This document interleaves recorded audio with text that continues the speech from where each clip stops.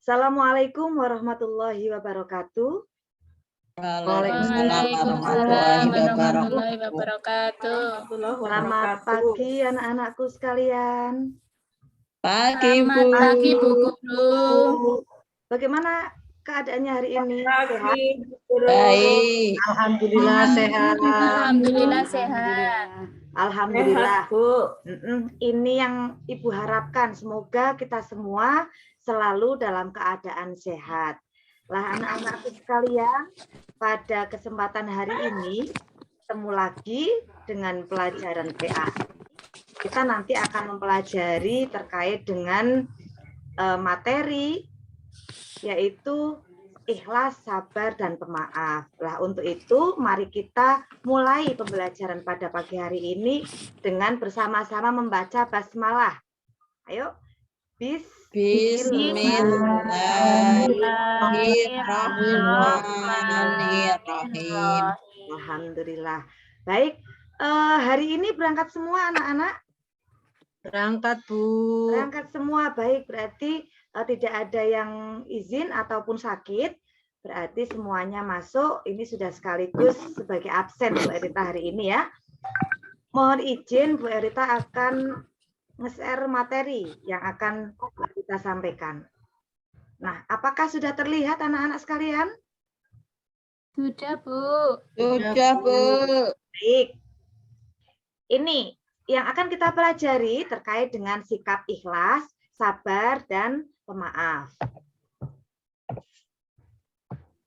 Kompetensi dasar dari materi ini yaitu nanti kita akan memahami makna Quran Surah An-Nisa ayat 146, Quran Surah Al-Baqarah ayat 153, dan Quran Surah Ali Imran ayat 134, serta hadis yang terkait dengan pemaaf. Lah, kompetensi dasar ini kan terbagi menjadi 3 pertemuan. Pertemuan yang pertama kemarin, Bu Erlita sudah menjelaskan terkait dengan hukum bacaan nun sukun atau tanwin. Jadi kita mempelajari bacaan hukum nun sukun dan tanwin melihat dari Quran yang kita pelajari hari ini. Nah, hari ini kita lanjutkan dengan materi yang sama, tetapi hari ini nanti kita akan mempelajari terkait apa itu pengertiannya, kemudian apa kandungan ayat yang terdapat dalam Quran surah ini, dan perilaku apa yang sesuai dengan Al-Quran yang kita bahas. Sudah siap anak-anakku sekalian untuk mempelajari peta konsep yang hari ini? Ya, Bu. Ya, Bu. Peta konsepnya ya, ini jadi kita akan belajar tentang ikhlas, sabar, dan pemaaf. Kemudian dari Al-Quran, 3 surat tadi, An-Nisa ayat 146, Al-Baqarah ayat 154, dan Ali Imran ayat 134. Kemudian juga ada hadis yang terkait dengan sifat ikhlas, sabar, dan pemaaf. Nah, untuk itu, mari kita awali dengan membaca ayat Al-Quran yang akan kita pelajari hari ini. Ada 3 ayat. Bu Erlita minta tolong untuk Quran Surah An-Nisa ayat 146 coba dibacakan. Siapa yang sudah siap? Atau Bu Erlita tunjuk? Adakah yang sudah siap? Oh, mungkin masih malu. Baik, Bu Erlita tunjuk aja. Coba Mbak Eni Musdalifah bacakan Quran Surah yang pertama ini. Ayat 146. Silakan. Ya, Bu. A'udzu billahi minasy syaithanir rajim. Bismillahirrahmanirrahim. Illal ladzina tabu wa aslahu wa'tasamu billahi wa akhlasu dinahum lillahi faulaika ma'al mu'minin wa sawfa yu'tillahul mu'minina ajran 'azima. Shadaqallahul 'azim. Wah, bagus sekali ini Mbak Eni Musdalifah. Ya, terima kasih. Lah teman-teman yang lain sudah mendengarkan tadi ya yang dibacakan Mbak Eni Musdalifah. Nah, nanti bisa mencobanya Tapi kita dengarkan dulu Quran Surah Al-Baqarah ayat 153. Coba Bu Erlita minta tolong Mbak Fajriyah dibacakan ayat yang kedua. Ya, Bu. A'udzu billahi minasyaitonir rajim. Bismillahirrahmanirrahim. Ya ayyuhalladzina amanu ista'inu bis sabri was shalah. Innallaha ma'as sabirin. Wah, bagus, sudah bagus bacaannya. Terima kasih. Selanjutnya, coba Quran Surah Ali Imran ayat 134. Coba Bu Erlita minta tolong Mbak Etika untuk membacakan. Ibu. Bismillahirrahmanirrahim. Alladzina yunfiquna fis sarra'i wad dharra'i wal kadhiminal ghaidha wal 'afina 'anil nas wallahu yuhibbul muhsinin. Terima kasih Mbak Etika. Luar biasa anak-anakku sekalian sudah bagus dalam membaca Qur'annya. Berarti tidak perlu Bu Erlita ulang kembali apa surat-surat tadi, ayat-ayat yang sudah dibacakan oleh kalian semua. Lah Bu Erlita lanjutkan terkait dengan hadisnya. Ini hadis tentang sifat ikhlas, ya.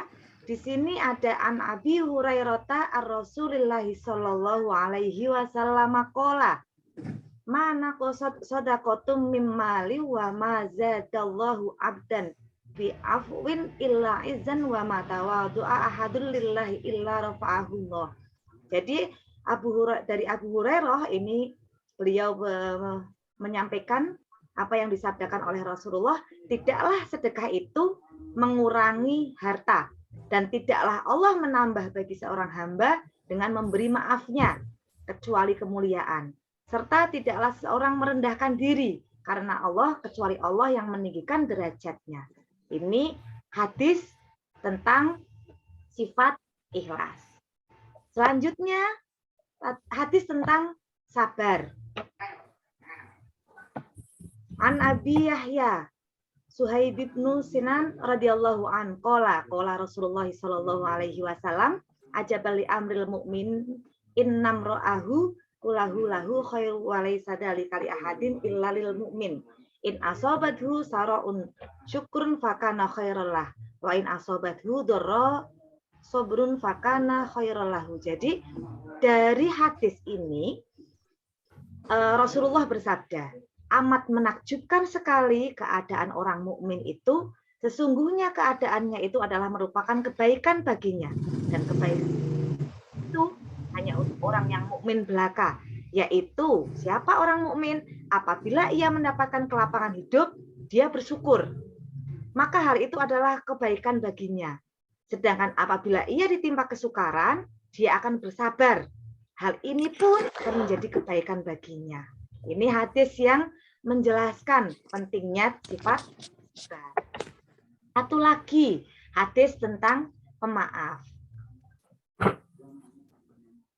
An Ali radhiyallahu anhu qala Rasulullah sallallahu alaihi wasallam, ala adullukum ala akrami akhlak ad-dunya wal akhirah, anta afwa amman dolamaka wa tasila man qata'aka wa tu'tiya man haramaka. Jadi Rasulullah bersabda, maukah kalian aku tunjukkan akhlak yang paling mulia di dunia dan akhirat? Yaitu yang pertama memberi maaf orang yang menzalimimu, kemudian yang kedua menyambung silaturahim orang yang memutuskanmu, dan memberi orang yang menghalangimu. Jadi Allah sangat menyukai sifat-sifat ini. Nah, dari ketiga sifat ini, nah coba apa yang kalian rasakan ketika melihat anak kecil dari foto yang ada di sini? Nah, coba ini, tadi yang belum baca siapa ya? Mbak Erning, coba Mbak Erning. Dari foto ini, kira-kira perasaannya bagaimana? Anak kecil yang sangat dermawan hatinya memberikan sebagian rezekinya kepada bapak-bapak Iya, yang ada di pinggir jalan. iya. Sangat mulia hatinya, sangat terpuji perilakunya. Iya, betul sekali, betul. Ini ada anak kecil yang memberi contoh kepada kita semua agar berbagi, ya, agar belajar ikhlas. Betul sekali. Jadi kita harus mempelajarkan apa ya, membiasakan kegiatan-kegiatan atau hal perilaku yang baik ini setiap saat. Selanjutnya coba kalau perhatikan dari gambar yang ada di background belakang ini. Nah, apa yang kalian semua pikirkan? Coba, tadi siapa berarti yang belum jawab ini? Mbak Eni. Mbak Eni ya yang belum ya? Mbak Eni Suprihatin Iya, coba. Bu. Ya, coba Mbak Eni. Dalam gambar itu menceritakan orang yang saling memaafkan, Bu. Karena saling memaafkan itu termasuk akhlak yang mulia, Wah, baik iya di dunia betul. maupun di akhirat. Bagus sekali jawabannya, betul.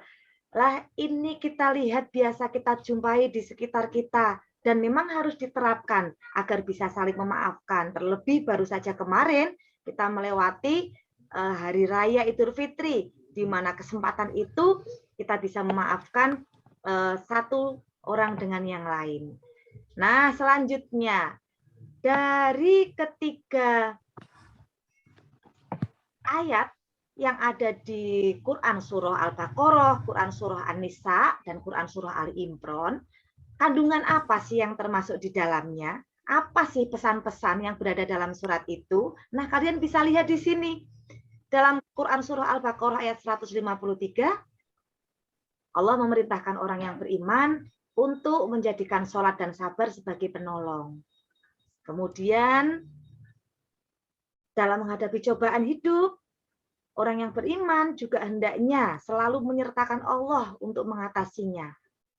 Kemudian, Allah juga mencintai orang yang sabar dan mau menjadikan kesabaran sebagai salah satu sikap untuk menghadapi cobaan, menghadapi kesedihan, serta menghadapi kesulitan hidup. Dan Allah memberikan gambaran kepada orang yang sabar,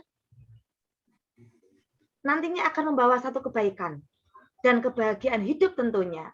Nah, sehingga tidak ada alasan bagi orang yang beriman untuk susah move on begitu kalau istilahnya sekarang. Nah, ketika ada cobaan, ayo bangkit, segera bangkit, harus sabar.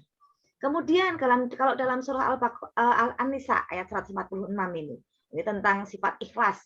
Jadi Allah akan memberi pahala yang besar dan menempatkan orang munafik serta memperbaiki diri sebagaimana tempat orang mukmin di surga. Jadi Allah akan memberi pahala besar menempatkan kita di tempat-tempat yang terbaik di surga begitu. Kemudian amal perbuatan manusia juga harus dilakukan dengan ikhlas, tanpa adanya pamrih, tidak mengharapkan untuk kembali begitu, tidak mengharapkan sesuatu agar dibalas begitu. Kita pasrahkan semua kepada Allah yang nanti yakin saja Allah akan membalasnya.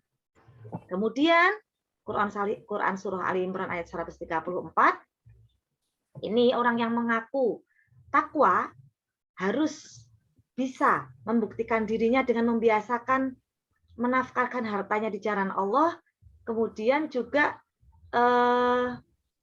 memberi maaf kepada orang lain, dan selalu berbuat baik kepada orang-orang yang telah menyakiti kita. Kira-kira kalian bisa tidak melakukan hal-hal yang seperti yang dijelaskan dalam Al-Quran tadi? Dalam Quran Surah An-Nisa tentang sifat ikhlas, kemudian Al-Baqarah, Ali Imran. Bisa tidak ya anak-anak sekalian? Insya Allah bisa, Bu. Insya Allah, Bu. Pinter, harus bisa dan harus dilatih begitu ya. Ya, Bu. Kemudian kandungan hadis sama ini tentang ikhlas. Jadi orang yang ikhlas ini mau menafkahkan hartanya dinilai sedekah. Orang yang berjihad, beribadah, berhijrah dengan mengharap sesuatu yang bukan karena Allah, itu nanti tidak akan mendapatkan apapun. Nah, sedangkan yang di dalam hadis yang tadi sifat sabar dan pemaaf, yang sabar ini orang yang sabar ini pasti nanti imannya akan meningkat berarti. Kemudian selalu berharap agar apapun yang menimpa kita itu nanti mendapatkan pertolongan dari Allah untuk ada menemukan jalan keluarnya begitu. Ya. Kemudian tentang pemaaf, ini seorang yang emosional dalam menyikapi perilaku di sekitarnya, ini harus bisa mengendalikan diri sehingga dia bisa menahan marahnya, tidak membalas apa yang dilakukan orang lain kalau memang itu tidak baik, dan melapangkan hati kita untuk memberi maaf. Kemudian Allah memuliakan orang yang mempunyai sifat maaf. Ini kandungan dari Quran, ayat Quran tadi serta hadis terkait dengan sifat ikhlas, sabar, dan pemaaf. Sebelum Bu Erita lanjutkan, kira-kira sampai di sini sudah bisa dipahami atau belum? Sudah, Ibu. Sudah ya? Baik. Ya. Pinter. Kalau sudah, sekarang Bu Erita ada pertanyaan ini. Nah, berarti kalau kita sudah membahas banyak hal, dalil tentang ikhlas, sabar, dan pemaaf, berarti kira-kira pengertian sabar itu apa sih? Siapa yang jawab coba? Nah, nanti yang bisa jawab, Bu Erita kasih poin nih. Tambahan berarti dia sudah bagus nih, nilai keterampilannya berani untuk melatih mental. Ayo silahkan, ada yang bisa? Salah tidak apa-apa. Oh, Mbak Eni Musdalifah silahkan, ayo coba. Ya. Kalau menurut saya sabar itu artinya rela ya Bu ya, menerima apa yang ditakdirkan oleh Allah kepada kita, seperti itu Bu. Wah, Rela menerima intinya. Iya. Oh, bagus. Rela menerima apapun yang terjadi. Jadi baik itu senang ya diterima dengan ikhlas, susah juga diterima, begitu ya. Wah, bagus sekali. Lah, barusan Mbak Eni Musdalifah sudah mencoba menyampaikan tentang apa itu sabar.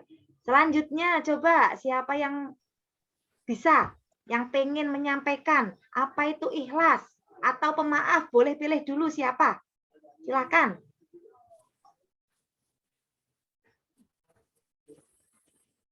Ada?